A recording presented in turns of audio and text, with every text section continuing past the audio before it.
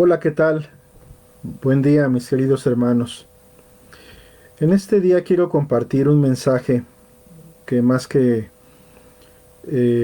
una predicación muy doctrinal es más bien una reflexión, una palabra que el Señor ha traído a mi corazón para compartir con cada uno de ustedes. Y está basada en el Salmo número uno, el Salmo número uno, que dice así: Bienaventurado el varón que no anduvo en consejo de malos, ni estuvo en camino de pecadores, ni en silla de escarnecedores se ha sentado,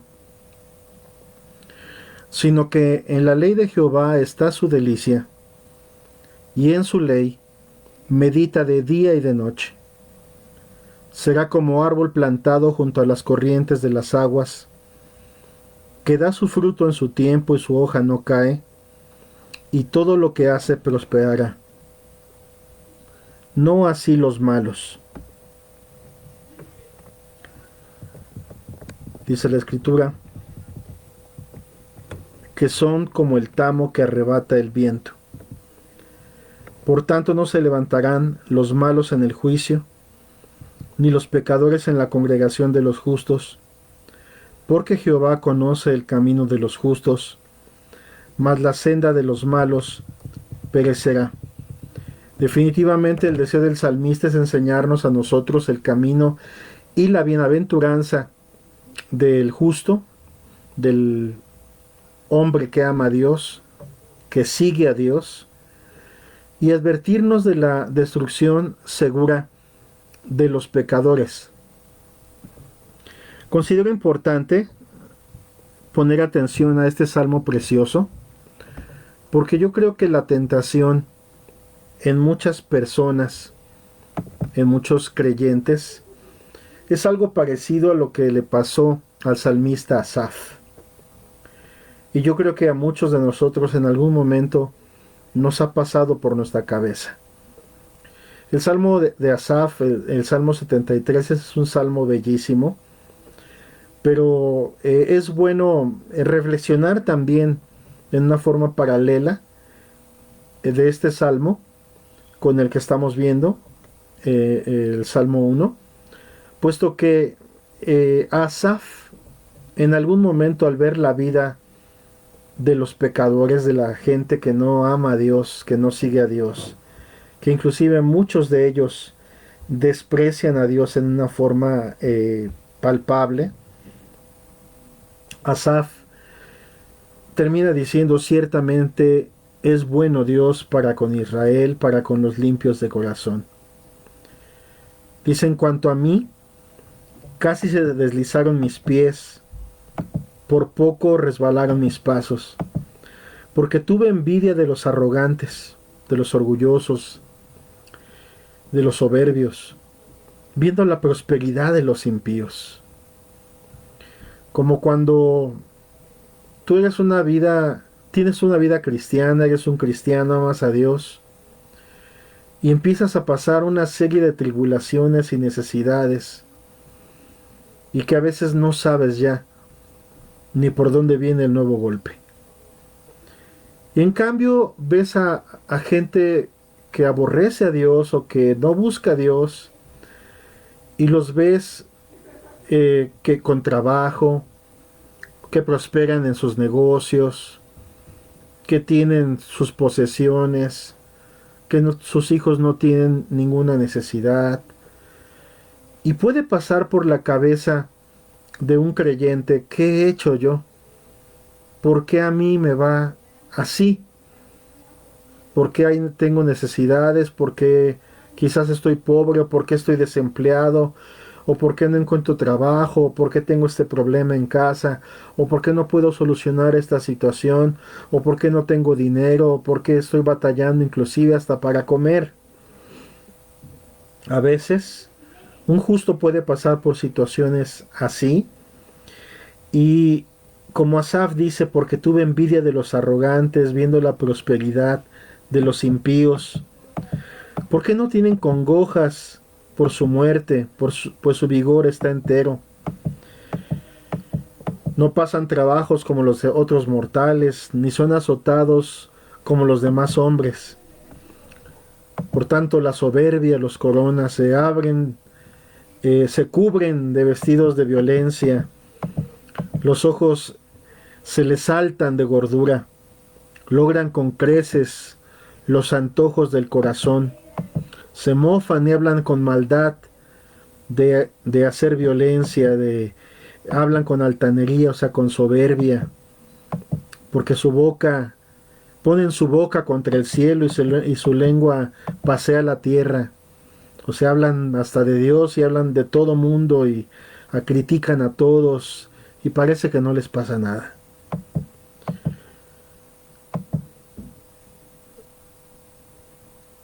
Vemos entonces cómo en este salmo, cómo este hombre se sentía, cómo este hombre estaba mirando las cosas.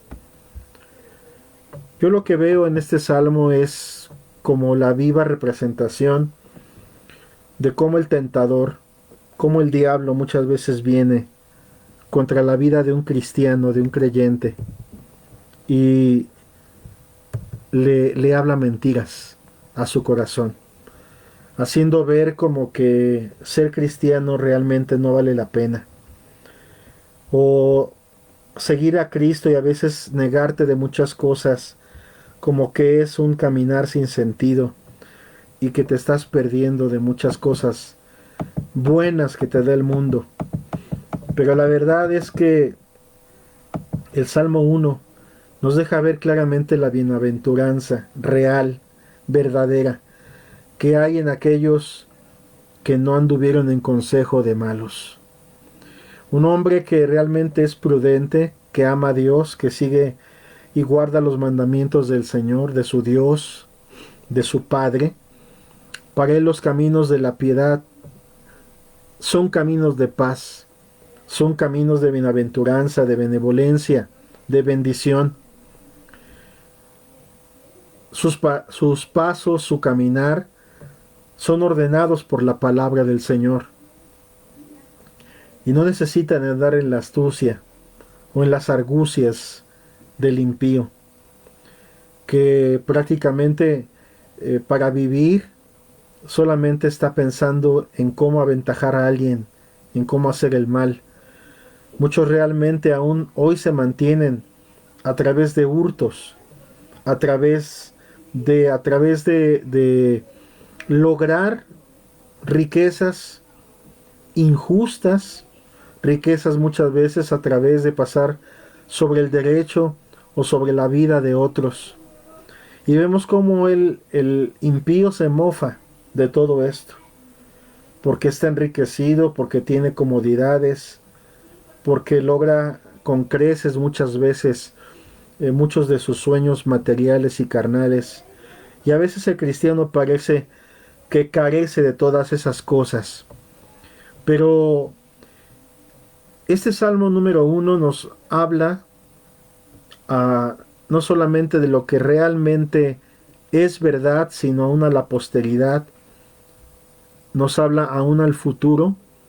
¿Cuál es prácticamente el fin de alguien que ama a Dios y de alguien que vive en sus pecados y que no quiere dejarlos y que aborrece las cosas de Dios y hasta a Dios mismo? Por eso el Salmo 1 realza a aquel que no estuvo en camino de pecadores. Y es que aún entre el mundo pecador es muy común que cuando hablas inclusive de justos y de injustos o de gente que realmente tiene un caminar limpio y una persona que está viviendo en sus pecados, mucha gente dice, no, yo no soy tan malo, yo no soy una mala persona. Así que puedes ver al borracho cómo critica al deshonesto, o cómo el mentiroso señala al adúltero, o el lujurioso no puede soportar al enojón. Pero sin duda, cada uno, aun según su gusto, según su concupiscencia de su corazón, cada uno anda en su mal camino. Fíjate que cuando Isaías, en el capítulo 55, en el verso 7, comienza diciendo, deje el impío su camino, está hablándonos algo muy importante. Y es que en realidad el caminar del pecador es un caminar particular. Es decir, no el que una persona diga yo no soy narcotraficante o drogadicto, pero si es enojón y lujurioso, uno sea pecador y el otro no. Ambos son pecadores, pero cada uno tiene un pecado predominante en su vida. Y así éramos muchos de nosotros antes de Cristo. Hoy podemos decir que Dios nos ha limpiado, pero no es por nuestros propios méritos, ni porque nosotros seamos algo, sino porque Dios tuvo misericordia de nosotros y nos perdonó. Y lo mismo puede hacer con cualquier pecador. De ahí el llamado al arrepentimiento. El Evangelio por eso predica el arrepentimiento en primer lugar, porque llama al impío a dejar su camino, aquello en lo cual esa persona vive y anda. Así que quizás aquella persona no es homicida, pero esta persona es amargada, tiene un corazón no perdonador. Ambos son pecado. Ambas personas están en pecado y ambas personas van camino al infierno. Y esto es importante para muchos de nosotros recordarlo y para otras personas entenderlo. Así que cuando dicen no estuvo en camino de pecadores, bueno, está hablando de alguien que ha sido rescatado de un mal camino, en particular en su vida, que puede traer consigo también muchos otros pecados, por supuesto. Pero ninguna persona puede decir a otra que es más justa que esta, que aquella. Si alguien llega a ser un día un justo, un recto de corazón, solamente se debe a que la gracia de Jesucristo le alcanzó, su sangre preciosa lo lavó y lo limpió, y le perdonó sus pecados. Así que el mérito no es nuestro, sino es del Señor Jesucristo, que murió por cada uno de los pecadores. El justo entonces, al haber sido limpiado y sacado del fango y del lodo, ya no se sienta en compañía, o ya no se sienta con los escarnecedores, como dice, ni en silla de escarnecedores se ha sentado. Bien dice la Escritura que los necios se mofan del pecado. Y la verdad es que habrá gente que no es un matón, no es un narcotraficante, no es un secuestrador, pero le gustan los chistes sucios, habla mal de otros a sus espaldas, tiene labios maldicientes, cuando quiere se enoja y cuando le pega la gana suelta una maldición. Bueno, los burladores, los escarnecedores no son solamente aquellos que son personas que torturan a su prójimo, sino son también aquellos que son capaces también de sentarse en una mesa y comerse a su prójimo o hablar mal de otras personas. Bueno, una persona cristiana de ninguna forma se sentirá bien sentándose o teniendo por amistades y estar en compañía y entrar en intimidad con gente que aún desde lo escandaloso o hasta aquel que se sienta para destruir a su prójimo con sus labios o planear el mal de alguien, hay quien se junta en una mesa para tener una especie de concilio y ponerse de acuerdo para poder ver cómo le hacen el mal o cómo destruyen a su prójimo. Esto pasa hasta en los trabajos, hasta en los empleos, en la gente con la que te puedes rodear, en la gente que puedes enfrentar en la escuela, en la oficina. Ese tipo de mundo es obviamente, por eso la Biblia dice que este mundo está bajo el maligno. Y somos llamados no que nosotros seamos especiales o que seamos alguien tan particular y tan especial que nadie debe de mirarnos o sentirnos nosotros algo. No. La verdad es que de un mundo así, o que podemos decir que inclusive muchos de nosotros éramos peores. Pero Dios nos salvó y nos limpió. Por eso es bueno que oremos por nuestros familiares, que oremos por nuestras amistades en el trabajo, en la escuela, que oremos por la gente pecadora, por el impío, por el que todavía está en sus pecados, como también una vez nosotros estuvimos alguna vez en nuestros pecados. Porque, por un lado, hay un celo santo y hay una vida en donde ya no quieres tú hacer lo malo ni desagradar a tu Dios. Y no te vas a sentar tampoco en la silla de los que hacen el mal o atentan contra su prójimo. Vas a darle peso a lo que Dios te ha dado al sagrado evangelio.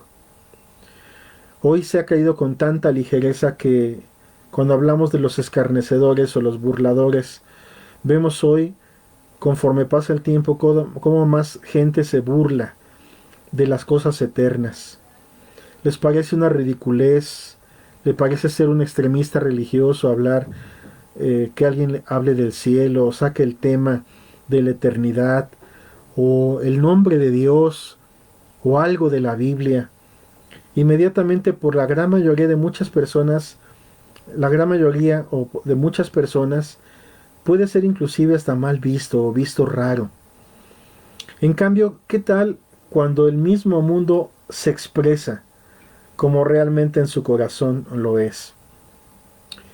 Recuerdo haber escuchado la entrevista que le hicieron en una ocasión al cantante ya fallecido Freddie Mercury del grupo Queen, un grupo de rock. Y él, si ha sabido de este personaje, pues bueno, él fue uno de los primeros o el primer famoso que murió o que se supo que moría de SIDA. Fue un hombre que teniendo en un principio su esposa y teniendo su matrimonio, pues se convirtió en homosexual. O después llevaba ya una vida bisexual. O lo importante aquí a decir es que era una persona que no conocía a Dios, que estaba en sus pecados y estando ya muy mal, sabiendo muy probablemente ya que le quedaban que pocos eran sus días. En una entrevista le preguntaron si él iría al cielo. Inmediatamente él respondió: no, no creo, no quiero. Está mucho mejor el infierno. Mira cuánta gente tan interesante vas a conocer allá abajo. Y reía. Y prosiguió la entrevista. Burladores. Fue fácil decirlo, pero yo creo que esta persona hoy puede lamentar en una forma terrible lo que dijo cuando él estuvo en esa entrevista o lo que él pensaba. Pero más allá de este personaje, es una ilustración de cómo el mundo piensa hoy de las cosas eternas. En 1979, el cantante Bon Scott de AC/DC grabó la canción tan famosa hasta nuestros días, The Highway to Hell, la autopista al infierno, que más o menos rezaba así esta canción y decía en parte de ella: voy bajando, hora de la fiesta, mis amigos también estarán allí. Estoy en la autopista al infierno, sin señales de alto, sin límites de velocidad. Nadie va a frenarme. Como una rueda voy a rodar. Nadie va a jugar conmigo. Hey Satán, pagué mis deudas tocando en una banda de rock. Hey mamá, dice la canción, mírame, voy de camino a la tierra prometida. Estoy en la autopista al infierno, autopista al infierno. Esta canción salió al aire en 1979, pero ya para el 19 de febrero del siguiente año de 1980, cuando apenas Bon Scott tenía 33 años, muere a causa de una intoxicación etílica y una broncoaspiración, que en otras palabras se ahogó en su propio vómito. Qué triste es para el necio mofarse en su corazón contra Dios y no sabe lo que realmente viene contra su vida. Y esto solamente es un reflejo de lo que el mundo piensa de Dios, de cómo mira las cosas de Dios y cómo muchas veces por eso el cristiano es criticado, mal visto o definitivamente inclusive desechado como raro, como extraño, como malo su forma de proceder. Pero todo lo contrario. Son tiempos tan difíciles los que nos han alcanzado que aún hasta en la iglesia se nos ha profetizado que también habría burladores, los cuales ya los hay. Y esto lo he escuchado y lo he visto en personas que se han infiltrado dentro de la iglesia, hablo en un sentido universal, que tal como dice segunda de Pedro 3, en el versículo 3 dice que sabiendo primero esto, que en los posteros días vendrán burladores, andando según sus propias concupiscencias, y diciendo, ¿dónde está la promesa de su advenimiento? O sea, de su venida del Señor. Porque desde el día en que los padres durmieron, todas las cosas permanecen así como desde el principio de la creación. Hoy hay denominaciones tradicionales cuyos principales expositores o organizaciones religiosas que han cambiado la verdad por la mentira. Hay quien ya inclusive, he conocido yo incluso a pastores, a predicadores, que no quieren que hables del pecado o contra el pecado en una forma expresa. Que mejor lo digas de una forma más suave, que un error, una equivocación que tuvo la persona o una falta que cometió. Es decir, cualquier término que aunque se pueda parecer o pueda formar parte de la descripción de lo que es el pecado, le quita, le resta gravedad e importancia a decir las cosas con todas sus letras y ser un predicador, como muchos dicen a la antigua, de hablar contra el pecado, de hablar de la realidad de la eternidad, del infierno. Hay mucha gente que ya no quiere hoy predicar de la segunda venida de Cristo, que solamente quiere dar promesas y bendiciones a las personas para hacerlas sentir bien. Estamos en un tiempo peligroso, hermanos y amigos que me escuchan. Burladores. Un tiempo donde hay mucha gente que hoy son burladores de la palabra de Dios. Un justo ante todo esto ha de permanecer. Como dijo el profeta, no me senté en compañía de burladores, ni me engreí a causa de tu profecía. Me senté solo, decía Jeremías, porque me llenaste de indignación. O sea, hablaba de cómo le indignaba el pecado a este hombre de Dios. Volviendo al Salmo 1, nos dice también el Salmo 1, sino que en la ley de Jehová está su delicia, y en su ley medita de día y de noche. La palabra de Dios para el creyente verdadero es el pan diario. O sea, así como no se puede vivir sin alimentarse, sin comer, sin beber, así también para un verdadero creyente no puedes vivir sin la presencia del Señor y sin su palabra que te alimenta y que realmente le da dirección y sentido a tu vida.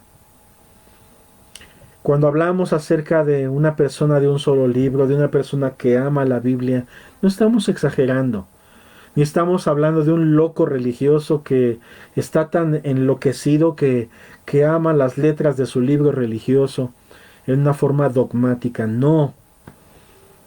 Un cristiano ama la palabra de Dios y la busca y la estudia y la escudriña porque en ella ha encontrado la vida, porque Dios le aconseja, porque, como dijo alguien, es aquel libro que cuando lo lees el autor está presente contigo. Habla tu corazón, te exhorta muchas veces o te consuela, enternece tu corazón o te deja ver cosas que no veías, endereza tu camino, te ilumina, te da vida. Y no estoy hablando de algo religioso, estoy hablando de una vida real y práctica que solamente es posible cuando nosotros tenemos comunión verdadera con Dios. La comunión íntima del Señor es lo más precioso que podemos tener sobre esta tierra. En aquel día lo podremos mirar cara a cara, pero entre tanto que no lo vemos y que nuestros ojos físicos miran muchas otras cosas y aún enfrentan este mundo, para poder ser guiados y guardados mientras que estamos en este peregrinaje terrenal, cuánto necesitamos de la santa palabra de Dios. Estúdiala, léela, antes de que llegue el día en que las puedan hasta recoger, quemar, que las puedan aún quitar, que puedan entrar a tu casa y aún a barrer con todo lo que tenga que ver con Dios, empezando por la Biblia. O que seas privado de tu libertad y que no tengas más cerca el santo y sagrado libro, o cuánto aman los chinos la palabra de Dios. En la historia del comunismo, por ejemplo, en la antigua Unión Soviética, cómo desde ellos hasta la China comunista, cómo se intercambiaban, no tenían una Biblia completa, pero tenían una hoja de las Escrituras y esa era todo su pan y su agua, y se cambiaban entre ellos una hoja por la otra, y cuando la tenían, la escondían porque estaba prohibida, y se la prendían y la leían y la atesoraban, y miraban la riqueza que hay en la palabra de Dios.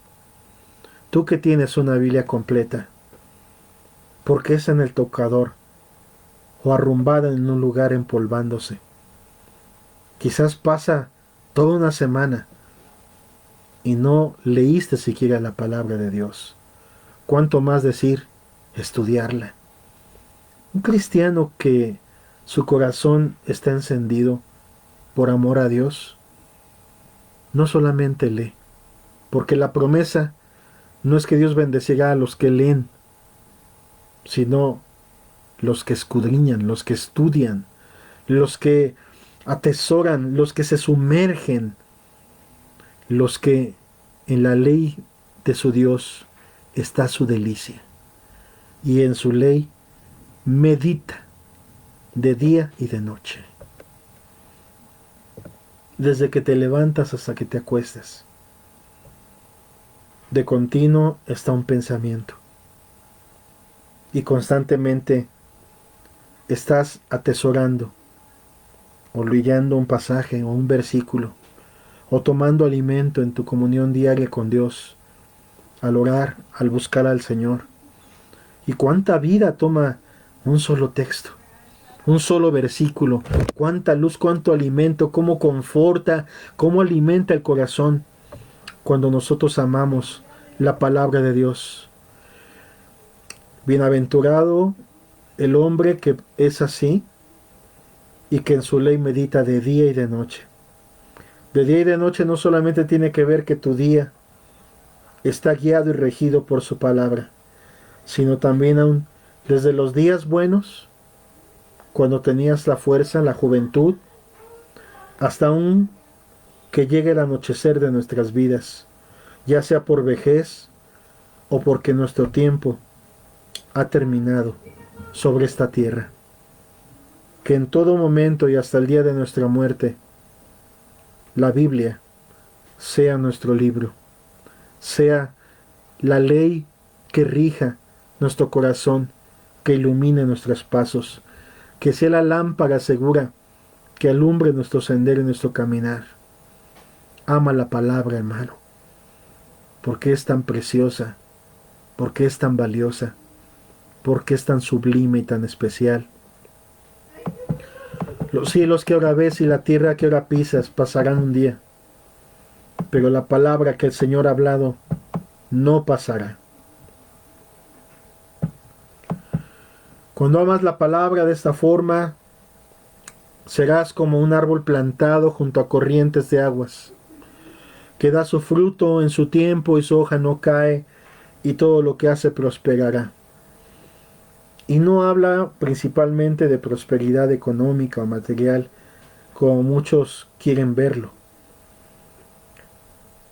El salmo es un salmo tan espiritual que trasciende más allá de cosas terrenales, sino habla de que tu alma será prosperada, de que tu vida será bendecida. Yo estoy de acuerdo, Dios te puede bendecir también con cosas materiales, pero ¿qué pasa cuando aún también es la voluntad de Dios que pases por un tiempo, un momento en el desierto, en la escasez, en una situación donde tu carácter está siendo probado, está siendo formado? Bueno, aún ahí Dios promete que la bendición no faltará, que Dios te guardará en tu salida y en tu entrada. Un árbol que es plantado junto a un río, mira cuán vigoroso y cuán fuerte es. Mira su reverdecer, mira su tronco, mira lo fuerte, mira sus raíces hasta dónde se extienden, mira la vida que tiene, todo lo que aún llega no solamente a almacenar para sí mismo y mostrarlo en sus ramas y en sus frutos, sino todo, aún hasta las aves que se cobijan en ese árbol. Así es la vida del creyente. Entre más fuerte y más profunda sea tu comunión con Dios, constante y permanente, tu vida va a estar arraigada y va a ser atraída por grandes bendiciones de parte de Dios. Habrá gran fruto. Aún en medio de tiempos terribles, Dios te hará esa buena y esa pequeña semilla, pero que da abundante fruto. Su presencia te sostendrá. Dios, tarde que temprano, porque a veces para nuestros ojos puede parecer tarde, pero todos los tiempos pertenecen al Señor y el Señor sabe todas las cosas. Sus promesas, como Él ha dicho, se cumplirán en su tiempo, en su momento. Todo lo que Dios ha determinado para ti y para mí se cumplirá, porque estamos en las manos de Dios, porque estamos esculpidos en su mano, porque Dios nos tiene en su diestra y debemos de confiar. Que no es fácil muchas veces, seguro que no. Yo estoy de acuerdo, lo hemos vivido. Sabemos lo que es pasar por situaciones difíciles, como las que quizás algunos de ustedes estén pasando ahora. Pero no debemos de dejar de confiar, sino aún en el desierto, del arroyo beberemos en el camino y por lo cual levantaremos la cabeza. Él es nuestro alimento. Esa es la porción de los hijos de Dios, no así los malos, que son como el tamo que arrebata el viento. Carlos Spurgeon, aquel gran predicador que fue hasta llamado el príncipe de los predicadores, un hombre usado grandemente por Dios, dijo acerca de esto, que son como el tamo, esto es su carácter, intrínsecamente sin valor, muertos, inútiles, sin sustancia y llevados por el viento. Dice también que arrebata el viento. Dice, aquí vemos su destino y condenación. La muerte los arrebatará, con sus ráfagas terribles de fuego, con el cual serán totalmente consumidos. Hablando del destino eterno de los impíos, de los que no conocieron a Dios, de los que despreciaron el Evangelio, de los burladores, de los que aparentemente prosperaban en su camino y lo tenían todo, como pensó en su tentación Asaf, o como muchos de nosotros en momentos de tribulación hemos pensado. ¿Por qué si yo sigo a Dios, por qué si yo sirvo a Dios, me pasa así? Y mira aquel que aborrece a Dios y está como laurel, que crece y parece que todo lo tiene. Oh, huye de ese malvado pecado y ese maligno maldad de tener envidia de los malos. Rehuye y resiste la tentación y las flechas de Satanás que pueden venir contra tu mente. No es así. No es así. Cuando estaba llorando para este mensaje, el Señor aún me hacía recordar eventos históricos, por ejemplo, como fue la muerte del rey Acab. Como, aunque este hombre en todas sus maldades, que fue un apóstata, que dejó a Dios, que aún prácticamente llevó a Israel a la idolatría, que trajo maldición al pueblo de Dios, fue un rey malo. Este hombre, aunque había sido exhortado por distintos profetas, entre ellos también Micaías, tal como le fue profetizado, este rey de Israel, a pesar de que se fingió otro, a pesar de que se quitó el disfraz de rey y se hizo pasar como cualquier otro, me impresiona mucho la historia de cómo en un momento de guerra y de batalla, queriendo quizás él huir de su suerte y su destino, creyéndose más inteligente que Dios, pero cuando le llega el momento a una persona, le llega el momento y no hay más que hacer. Aún disfrazado y fingiendo ser otro, una flecha disparada a la aventura cayó precisamente sobre él. Y eso es lo que nos dice Primera de Reyes 22, lo puedes leer tú ahí ya en tu casa o en algún momento en tu estudio personal y ver Primera de Reyes, el capítulo 22, un capítulo impresionante que nos habla acerca de esto. Pero como ese mismo ejército sirio, que fueron los que iban con toda la intención de acabar con el rey de Israel, con Acab, un día también fueron contra el profeta Eliseo. En Segunda de Reyes 6, también es un capítulo largo para leerlo, pero lo recuerdo para muchos de los que hemos leído esta historia. Eliseo es despertado prácticamente por su criado, porque su criado está sumamente espantado de ver que hordas y grandes tropas están rodeando prácticamente el lugar donde se encuentra el profeta. Están sitiando el lugar, están contra él y el criado está muerto de miedo. Eliseo ora a Dios diciéndole, te ruego, oh Jehová, que abras sus ojos para que vea. Y dice Segunda de Reyes 6 que Dios abrió los ojos del criado y miró y he aquí que el monte estaba lleno de gente a caballo y de carros de fuego alrededor de Eliseo. Y luego que los sirios descendieron a él, oró Eliseo a Jehová y dijo, te ruego que llegas con ceguera a esta gente, y lo siguió con ceguera, conforme a la petición de Eliseo. Y después les dijo Eliseo, no es este el camino, ni es esta la ciudad, seguidme y yo os guiaré al hombre que buscáis, y los guió a Samaria. Cuando llegan para allá, y vuelve a orar el profeta y les es abierto los ojos,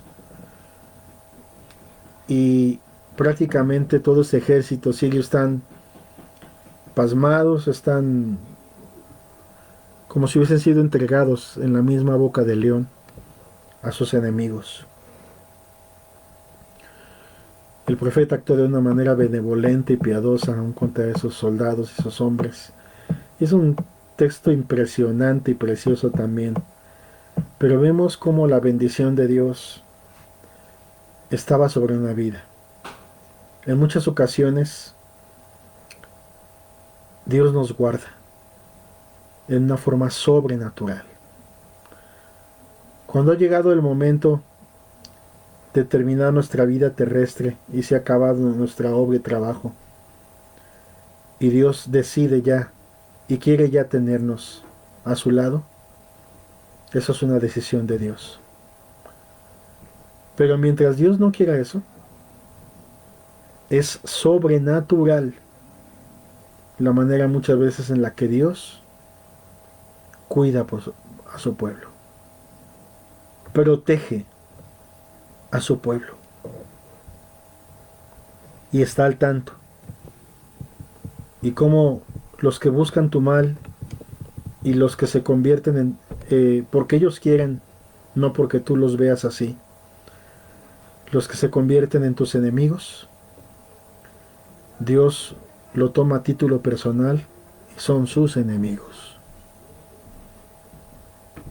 Hay un canto muy precioso que seguramente muchos de ustedes han escuchado. Me encanta ese canto porque Dios muchas veces ha consolado mi vida a través de él, que dice, no duerme el que cuida al remanente. Los ojos del Señor están delante de Israel. Él va delante de su pueblo. No duerme el que cuida a su pueblo de Israel. Está basado en la Escritura. Es una grande promesa de parte de Dios. Pero por tanto, no así los malos. Pues no se levantarán los malos en el juicio, ni los pecadores en la congregación de los justos. Y más inclusive que evidentemente no son ni forman parte para Dios mientras no se arrepientan y se conviertan de la verdadera iglesia. Esa congregación de los justos yo soy seguro que habla aún más allá de cuando Dios reúna a los suyos en el cielo para estar para siempre con Él. Porque Jehová conoce el camino de los justos, mas la senda de los malos perecerá. No solamente hay una muerte física que nosotros tenemos en este cuerpo. Acuérdate, o si no lo sabes te lo digo, la Biblia habla de la segunda muerte. Y esto es cuando después de ser condenados, los que no se arrepintieron, en el día del juicio del Señor, el destino será las llamas eternas y el infierno.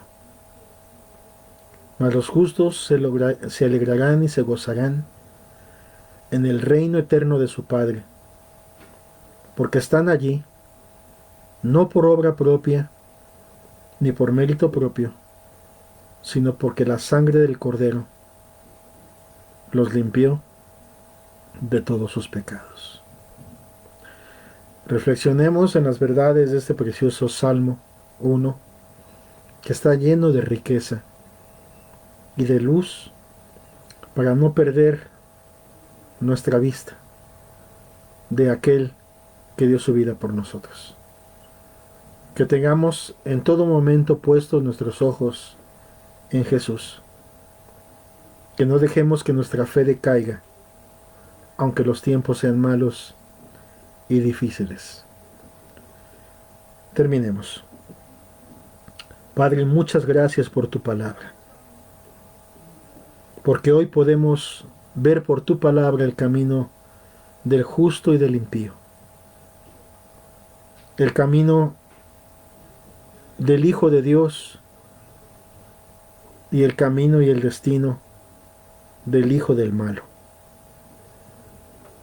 El camino del bien y el camino del mal pones delante de nuestros ojos y es algo impresionante.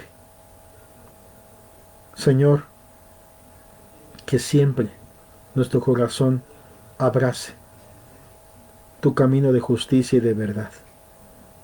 Líbranos de apartarnos de tu mano y de alejarnos de ti. Enséñanos a buscarte todos los días. Te lo pedimos en el nombre de Jesús. Amén. Y pues yo espero que esta reflexión, este meditar en este Salmo 1, haya sido de bendición para tu vida. Que Dios te bendiga y que tengas un excelente inicio de semana.